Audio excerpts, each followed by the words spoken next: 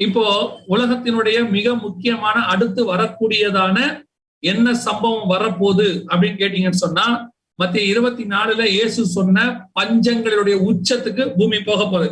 நீங்க நினைக்கக்கூடிய பஞ்சங்கள்லாம் இப்ப இதுவரைக்கும் பார்த்தது எல்லாமே சாம்பிள். இதுக்கு மேல வரக்கூடிய பஞ்சம் தான் பஞ்சத்தினுடைய உச்சம். இப்ப நான் உங்களுக்கு ஒரு இது எந்த அளவுக்கு உண்மை, நம்ம ஆண்டவர் சொல்லிட்டாரு, பைபிள்ல ஆண்டவர் சொல்லிட்டாரு பஞ்சம் வரப்போகுதுன்னு. 3வது முத்திரை 2வது முத்திரை முடிஞ்சு அடுத்து ஆட்டோமேட்டிக்கா 3வது முத்திரை வரணும். அதையும் நம்ம சொல்லியிருக்கிறோம். ஆனா இது எந்த அளவுக்கு உண்மை அப்படின்னா, நீங்க நம்புறதுக்காக சொல்றேன். நான் இப்ப வசனத்தையே நம்பிடுவேன், வசனத்தை சொல்றதை அப்படியே பிடிச்சுப்பேன். இப்போ 2020 மிக முக்கியமாக ஒருத்தர் சொல்லியிருக்கிறார் பாருங்க. பில்கேட்ஸ் இப்போ ரீசெண்டா பில்கேட்ஸ் உலகத்திலேயே நம்பர் 1 விவசாயியா மாறி இருக்கிறார். ஆச்சரியப்படாதீங்க, விவசாயியா மாறி இருக்கிறார். விவசாயினா அக்ரிகல்ச்சர். அவர் தான் இன்னைக்கு உலகத்திலேயே ஹையஸ்ட் லேண்ட் ஓனர். என்ன வாங்கியிருக்காரு பாருங்க, இந்த அதோட டீடைல். 2,68,984 ஏக்கர் வாங்கியிருக்கிறார். அதுல மட்டும் விவசாயம் பண்ற லேண்டு 2,42,000 ஏக்கர் வாங்கியிருக்கிறார். இது ரெக்ரியேஷனல் அப்படின்னு சொன்னா ரெக்ரியேட் பண்ணக்கூடியது, மீண்டும் மண்ணெல்லாம் கொட்டி திருப்பி எடுக்கிற லேண்டு. அது ஒரு 1,234 ஏக்கர் வாங்கியிருக்கிறார். சரி, எதுக்காக இவரு இந்த அளவுக்கு திடீர்னு land owned by Bill Gates? America முழுக்க இந்த பச்சை கலர்ல இருக்கிறது எல்லாம் பில்கேட்ஸ் வாங்கி இருக்கிற லேண்டு. அமெரிக்கா முழுக்க பார்த்தா வாங்கியிருக்காரு. 10,000 ஏக்கர், 16,000 ஏக்கர், 2,000 ஏக்கர், 20,000 ஏக்கர்னு இப்படி கொஞ்சம் கொஞ்சமா வாங்கி, ஒரு இடத்துல பாருங்க 70,000 ஏக்கர் வாங்கியிருக்கிறாரு. இப்படி கொஞ்சம் கொஞ்சமா வாங்கியிருக்கிறாரு. ஏன் திடீர்னு பில்கேட்ஸ் இப்படி வாங்கியிருக்கிறாரு? கொஞ்சம் யோசிச்சு பாருங்க. பில்கேட்ஸ் யாரு? மைக்ரோசாஃப்டோடைய ஓனர். நம்ம எல்லாரும் ஒரு 20 வருஷத்துக்கு முன்னாடி என்ன படிச்சோம்? எல்லாரும் கம்ப்யூட்டர் கம்ப்யூட்டர் கம்ப்யூட்டர். வீட்டுல இருந்த விவசாயம் லேண்ட் எல்லாம் வித்து கம்ப்யூட்டர் படிச்சோம்.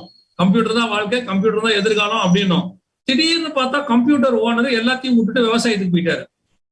விவசாயத்துக்கு போனது அவர் மட்டும் இல்ல, உலக நம்பர் பணக்காரர்கள்ல ஃபர்ஸ்ட் 50 இடத்துக்குள்ள இருக்கிற 5 பேரு லேண்ட் வாங்கியிருக்கிறாங்க. பில்கேட்ஸ் மட்டுமே 2,68,000 ஏக்கர் வாங்கியிருக்கிறார். அது இல்லாம அடுத்த லிஸ்ட்ல இருக்கிற பணக்காரங்க எல்லாம் 1,50,000 ஏக்கர், 1,00,000 ஏக்கர்னு ஏறக்குறைய நீங்க கணக்கு பாத்தீங்கன்னு சொன்னா அவங்க மட்டுமே ஒரு 10,00,000 ஏக்கருக்கு மேல வாங்கியிருக்க மட்டும் காரணம் அப்படின்னு சொன்னா, இதற்கு பில்கேட்ஸ் கொடுத்திருக்கிறதான ரிப்போர்ட். அவர் சொல்றாரு, அடுத்து உலகத்துல இருக்கக்கூடிய மிகப்பெரியதான கலாமிட்டி, அதாவது மிகப்பெரியதான பேரழிவு என்னன்னா பஞ்சம். உலக மக்கள் தொகையில பெருமளவு பஞ்சத்துல பாதிக்கப்பட போறாங்க. எத்தனை அப்படின்னு கேட்டீங்கன்னா, குறைஞ்சபட்சம் 160 கோடி பேர் வரைக்கும் இதில் பாதிக்கப்பட வாய்ப்பு இருக்கிறது அப்படின்னு சொல்லியிருக்கிறார். 160 கோடி பேருக்கு மேல சாப்பாடு இல்லாம போக போறாங்க அப்படின்னு சொல்லி இப்பவே அவர் சாப்பாடு பிசினஸ் ஆரம்பிச்சிட்டார். மெக்டொனால்ட்ஸ் இந்த மாதிரி இதுக்கெல்லாம் இப்பவே அவரு உருளைக்கிழங்கு அவர் தான் சப்ளை பண்றாரு.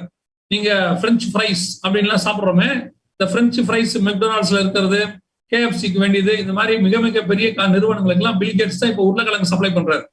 இது மட்டும் இல்ல, மிகப்பெரிய அளவுல அரிசியை மட்டும் அவர் சப்ளை பண்றது மட்டும் இல்ல, கல்டிவேட் பண்றது மட்டும் இல்ல, உலகத்துல மிகப்பெரிய அளவுல அரசாங்கங்களை தங்கள் கையில எடுத்து பெரும் பெரும் குடவுன்ஸ் கட்டிட்டு இருக்கிறாங்க. குடவுன்னா நீங்க நினைக்கிற மாதிரி ஏதோ ஒரு 2 டன்னு 10 டன்னு 20 டன் எல்லாம் கிடையாது. லட்சம் டன்னு கோடி டன்னு அரிசி வைக்கிற மாதிரி குடவுன்ஸ் கட்டிட்டு இருக்கிறாங்க. பல நாடுகள்ல கட்டுறாங்க. இப்ப வேக வேகமா நடக்குது. இதே பில்கேட்ஸ் தான் 2014 சொன்னாரு, மிகப்பெரிய அளவுல கொரோனா, அதாவது ஒரு கிருமி வரப்போகுது, அதுல வியாதி வரும், ஜனங்கள்லாம் மிகப்பெரிய அளவுல பாதிக்கப்படுவாங்க அப்படின்னு சொல்லி அவர் அப்ப என்ன பிசினஸ் தொடங்கினார்னா தடுப்பூசி. அவர் தான் அந்த தடுப்பூசி கேவி ஃபவுண்டேஷன்ஸ் அப்படிங்கிற பேர்ல அவருடைய மனைவி பேர்லயும் அவர் பேர்லயும் தொடங்கி இன்னைக்கு இருக்கக்கூடியதான மிகப்பெரிய தடுப்பூசி நிறுவனங்கள்ல 5 அவருது. இன்னைக்கு வேர்ல்டு ஃபுல்லா தடுப்பூசி. யோசித்து பாருங்க, 700 கோடி மக்கள், அத்தனை பேருக்கும் போடணும், 2 டோஸ் போடணும். கணக்குப்படி பாத்தீங்கன்னா கிட்டத்தட்ட 1,400 கோடி டோஸ். ஒரு டோஸோடைய விலை எவ்வளவுன்னு பாத்துக்கோங்க. இவ்வளவும் கேவி ஃபவுண்டேஷன்ஸ் அவங்க தான் செய்யறாங்க. இதை 2014 சொல்லிட்டு ஒரு 14 இருந்து தடுப்பூசி தயாரிக்க ஆரம்பிச்சிட்டாரு, ரெடி பண்ண ஆரம்பிச்சிட்டாரு. நம்ம ஆராய்ச்சி பண்ணணும்னு சொல்ல ஆரம்பிச்சிட்டாரு. திடீர்னு அவரு லேண்ட் வாங்குறாரு. லேண்ட் வாங்கி விவசாயம் பண்றாரு. அவர் மைக்ரோசாஃப்ட்ல இருந்து வெளியே வந்துட்டாரு, வேலையை ரிசைன் பண்ணிட்டாரு. அதாவது அந்த பார்ட்னர்ஷிப்ல இருந்து வெளியே வந்துட்டு இப்போ முழுக்க முழுக்க விவசாயம் பண்றாரு. இப்போ பஞ்சத்தை பத்தி பேசுறாரு. கரெக்டா 2வது முத்திரையில உலகம் முழுக்க சமாதானத்தை எடுத்து போடும்னு சொன்னாங்க. ஒருத்தர் அப்படியே 1 to 1 கொரோனா பாத்தீங்கன்னா 1 to 1 தான் பரவும். அடுத்து பஞ்சம் வரும் பைபிள் சொல்லுது. இப்ப பில்கேட்ஸ் பஞ்சத்தை பத்தி பேசுறாரு. இப்ப கொரோனாவை நீங்கள் பாதித்த பாதிப்பு எந்த அளவுக்கோ அதே அளவுக்கோ அல்லது அதை விட பெரும் அளவுக்கோ இது பாதிக்கப்படும். இப்போ பில்கேட்ஸ் என்ன சொல்றாரு, அடுத்து வரக்கூடியதான இந்த மாதிரி ஒரு பேரழிவுல கொரோனாவோட செத்ததை விட நிறைய சாவாங்கன்னு அவர் சொல்றாரு. அப்போ மிக துல்லியமாக வேதாகமம் சொன்னபடியே முத்திரைகள் ஒன்றன் பின் ஒன்றாக உடைக்கப்படுகிறது. ஆண்டவர் சொன்னது துல்லியமா நிறைவேறிட்டு இருக்குது. நம்ம கண்ணுக்கு முன்னாடியே கர்த்தர் சொன்னபடி மிக துல்லியமாக பஞ்சத்தின் காலங்கள் தொடங்க போகுது. இந்த பஞ்சத்தினுடைய உச்சத்துக்கு வரப்போகுது. பஞ்சம் இன்னும் கடுமையாகத்தான் மாறும், இன்னும் அதிகமாகத்தான் மாறும். அடுத்து 3வது முத்திரை தான் வரும். உங்களுக்கு எப்படி பிரச்சனை அப்படின்னு கேட்டா, விசுவாசிகளுக்கு உண்மையை சொல்லும் போது உங்களுக்கு கொஞ்சம் கேட்கறதுக்கு கசப்பா இருக்குது. ஆனா யாராவது பொய்ய சொன்னா கேட்கறதுக்கு சந்தோஷமா இருக்கு. இந்த வருஷம் கவலைப்படாதீங்க, எல்லாம் டபுள் ஃபோல்டு தான், எல்லாம் இழந்தவைகளை பெற்றுக்கொள்வீர்கள், அந்த வருஷம் இந்த வருஷம் அடிச்சு பின்ன போகுது அப்படின்னா உங்களுக்கு 1ஆம் தேதி மட்டும் அதை கேட்கறதுக்கு சந்தோஷமா இருக்கு.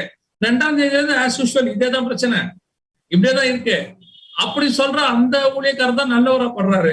இந்த உண்மையை எடுத்து சொல்லிடுறோம்ல, இல்லைங்க அதெல்லாம் நடக்காது இப்படித்தானே, உங்களுக்கு அந்த மாதிரி ஆள் தான் கொஞ்சம் கஷ்டமான ஆளா தெரியுறாரு. பையன் எக்ஸாம் எழுதிட்டு வந்த உடனே எப்படா எழுதியிருக்கிற அப்படின்னா, சில பையன் பாத்தீங்கன்னு வச்சுங்க, அந்த நேரம் தப்பிக்கிறதுக்கு ஒண்ணு சொல்லுவான், செம்மையா எழுதியிருக்கிறேன் சூப்பரா வரும், அதெல்லாம் 90க்கு மேலதான் மார்க் 35 தான் வரும்.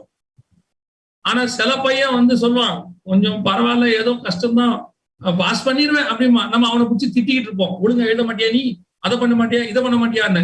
ஆனா அந்த ஒருத்த பொய் சொன்னா பாருங்க 90 95ன்னு, அவனுக்கு தான் மரியாதை. அவனுக்கு என்னன்னா வரும்போது பாத்துக்கலாம். ஒருத்தர் சொன்னாரு 2065 வரைக்கும் இயேசு வரமாட்டார். அப்படி 2065லயும் இயேசு வரலன்னா 2065 தான் இயேசு வருவார். வரலன்னா என்ன கேளுங்கனாரு. ஏன்னா அவர் அது வரைக்கும் இருக்க மாட்டாருன்னு அவருக்கு நல்லா தெரியும். அவருக்கு இப்பவே 70 வயசு. சோ அவர் 2065 வரைக்கும் அவர் இருக்க மாட்டாருங்கிற நம்பிக்கையில பக்காவா அடிச்சு விட்டாரு. இப்போ உங்களுக்கு என்னன்னா அந்த மாதிரி ஆள் தான் கரெக்டா இருக்கு. 2065 வரைக்கும் 65 தான் இயேசு வருவாராம், நமக்கு இன்னும் ஒரு 40 வருஷம் இருக்கு அப்படின்னு நீங்க இருக்கீங்க. ஆனா நாங்க என்ன சொல்றோம், நினையாத நாளிகளே மனுஷகுமாரன் வருவார்னு வசனத்துல இருக்கு. அவர் எந்த நேரமும் வருவார், ரெடியா இருங்கன்னா. ஜெகன் பயமுறுத்திட்டே இருக்கிறாரு, இப்போ வந்துருவாரு அப்போ வந்துருவாரு. இப்போ வசனத்துல அப்படித்தான் இருக்கு, எப்போ வந்துருவாருன்னு தெரியாது, வருவாருன்னு. அதை கேட்க உங்களுக்கு கஷ்டமா இருக்கு.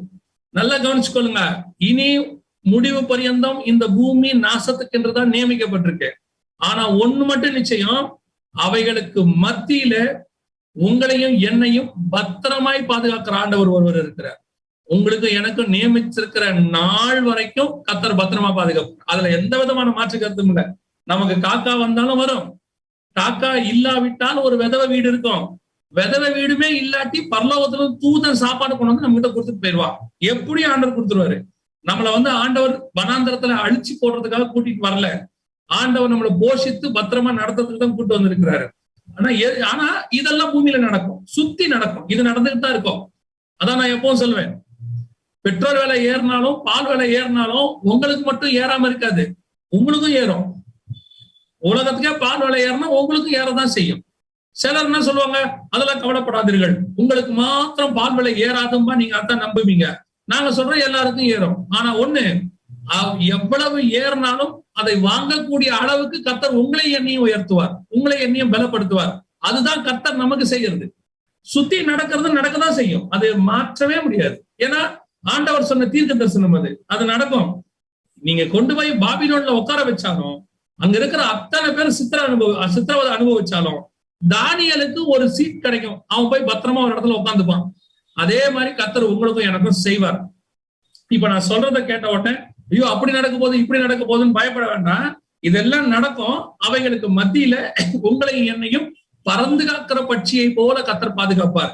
இப்ப கூட இந்த பூமி கர்த்தரை இவ்வளவு கோவப்படுத்தி இன்னும் இது அழியாம இருக்குது, கொஞ்சம் கொஞ்சமா ஆரம்பிச்சிருக்குது, ஆனா முழுசா அழியாம இருக்குதுன்னா ஒரே காரணம், அவர் தெரிந்தெடுத்த திருச்சபை இன்னும் பூமியில இருக்கிறதுனாலதான். என்னைக்கு சபை எடுத்துக்கொள்ளப்படுகிறதோ அன்னைக்கு இந்த பூமி முழுவதுமாய் சர்வாதிகாரிகளின் கையிலே ஒப்படைக்கப்படும். அவர்கள் பூமியை நாசம் பண்ணி போடுவார்கள். அதான் நடக்கும். அதுக்கு முன்னாடி கர்த்தர் தம்முடைய திருச்சபையை எடுத்துப்பார். சோ அது வரைக்கும் உங்களை என்னையும் வஸ்திர தொங்கல்ல மூடி உள்ளங்கையில வச்சு கண்ணின் கருவிழியை போல கர்த்தர் பத்திரமை பாதுகாத்துக் கொள்வார். அதனால உங்களுக்கு அந்த பயம் வேண்டாம், அது நீங்க யோசிக்காதீங்க. ஆனா நான் சொல்ற சம்பவம் தான் நடக்கும், அது நடந்துட்டு தான் இருக்கும். ஏன்னா பைபிள்ல சொல்லி இருக்கு, அது பாட்டு ஒரு பக்கம் நடக்கும். அதனாலதான் ஆரம்பத்திலே சொன்னேன், உன் வலது பக்கத்தில் 1000 பேர் விழுந்தாலும், உன் பக்கத்தில் 1000 பேர் விழுந்தாலும், உன் வலது பக்கத்தில் 10,000 பேர் விழுந்தாலும் அது முன்னே அணுகாது. நீங்க அதை பத்தி யோசிக்க வேண்டாம். நீங்க பண்ண உங்க வேலையை பார்த்துட்டே இருங்க, அது பாட்டு நடந்துட்டே இருக்கும். நீங்க ரொம்ப அப்படியே ஐயோ இது வந்துருமா அந்த பயமும் வேண்டாம். கர்த்தர் தான் காப்பாத்திட்டு இருக்கிறாரு. ஏன் சொல்றேன்னா, எவ்வளவோ பிரிகாஷன் எடுத்த எத்தனையோ பேர் காணாம போயிட்டாங்க. எல்லாம் அப்படியே பத்திரமா, அப்படியே தன்னை பத்திரமா தனிமைப்படுத்தி கொண்டேன்னு சொன்ன பிரதமர்கள்லாம் காணோம், பெரிய பெரிய ராஜாக்கள்லாம் காணோம். நம்ம ஏதோ கர்த்தருடைய கிருபையில ஓடிட்டு இருக்கோம். அதனால நம்மளை பாதுகாப்பது கர்த்தர். சோ அடுத்து வரப்போறது மிக முக்கியமானது என்ன அப்படின்னு கேட்டீங்கன்னா, மிகப்பெரிய அளவுல பஞ்சம். அது உண்மை. அதுக்கான ஆயத்தத்தை உலக நாடுகள் எல்லாம் செஞ்சுக்கிட்டே இருக்குது. அதுக்கு ஒரு ஆதாரமா தான் நான் உங்களுக்கு காட்டினேன். பில்கேட்ஸ் போன்றவர்கள் எல்லாம் விவசாயம் பண்ண ஆரம்பிச்சிருக்கிறாங்க. ஏன்னா அவங்களுக்கு அது ஒரு பிசினஸ். இப்ப எப்படி கொள்ளை நோய் வந்தா அவங்க ஊசி வியாபாரம் பண்றாங்க, வேக்சின். அந்த மாதிரி பஞ்சம் வந்துச்சுன்னா சாப்பாடு வியாபாரம் பண்ணுவாங்க. உலகத்துக்கே அரிசி கோதுமை எல்லாம் கொடுப்பாங்க, உருளைக்கிழங்கு எல்லாம் கொடுப்பாங்க. எப்படி கொடுப்பாங்க? இன்னைக்கு ஒரு கிலோ அரிசி 50 ரூபாய் அப்படின்னு சொன்னா 500 ரூபாய்க்கு கொடுப்பாங்க. வேற வழி கிடையாது. ஆட்டோமேட்டிக்கா முதல் தட்டு மக்கள் 2வது தட்டு மக்கள் வாங்க முடியும், 3வது தட்டு மக்கள் வாங்க முடியாது. பெருமளவுல பஞ்சம் பாதிக்கப்படும். அதுல அவர்கள் பாதிக்கப்படுவார்கள். அதான் நடக்க போகுது. ஆனா உங்களை என்னையும் கர்த்தர் அவைகளிலிருந்தும் பாதுகாக்க வல்லமையுள்ளவராக இருக்கிறார். அல்லேலூயா. இப்ப இது வரப்போதாது. அதுல 2 விஷயம் என்ன பாதிக்கப்படாம இருக்கும்னா, ஒண்ணு ஆயில், இன்னொன்னு திராட்சை ரசம். அங்கேயே இருக்கு, அந்த வசனத்திலே இருக்கு. ஆண்டவர் சொல்றாரு 6வது வசனத்துல, எண்ணெயும் திராட்சை ரசத்தையும் சேதப்படுத்தாதே என்றும் அப்படின்னு இருக்கு. மித்த எல்லாம் சேதப்படுத்தும், ஆனா இது 2 மட்டும் என்ன செய்யாது? சேதப்படாது அப்படின்னு இருக்கு. சோ இது 2ஐயும் கர்த்தர் நமக்கு வச்சிருக்கிறாரு. பத்திரமா இந்த உலகத்தினுடைய மொத்த பொருளாதாரமும் இன்னைக்கும் இது 2ஐயும் நம்பித்தான் போயிட்டு இருக்கு. இந்த கொரோனா ஒரு செயின் ரியாக்ஷன். இதுக்கப்புறம் பஞ்சம் ஆரம்பிக்கணும். அமெரிக்காவுடைய வால் ஸ்ட்ரீட்ல எக்கனாமிக்ஸ் அத்தனை பேரும் சொல்றான். எல்லா பொருளாதார நிபுணர்களும் சொல்றது என்னன்னா, மிகப்பெரிய அளவுல பொருளாதார பாதிப்பு வரப்போகுது அப்படின்னு எல்லா பொருளாதார நிபுணர்களும் சொல்றாங்க. சோ அவங்களோட ரிப்போர்ட்டும் கரெக்டா இருக்குது. பைபிள் நமக்கு முன்னாடியே அதை தெளிவுபடுத்த வச்சிருக்கு. இதெல்லாம் எதுக்கு சொன்னேன்? முன்னாடியே சீஷர்கள் நிறைய தடவை போய் இயேசுவை கேட்கிறாங்க, இந்த மாதிரி பிரச்சனை வந்த உடனே இயேசு சொல்றாரு, இதை நான் உங்களுக்கு முன்பே சொல்லவில்லையா? என்னை பிடிக்க வருவாங்கன்னு நான் உங்களுக்கு முன்பே சொல்லவில்லையா?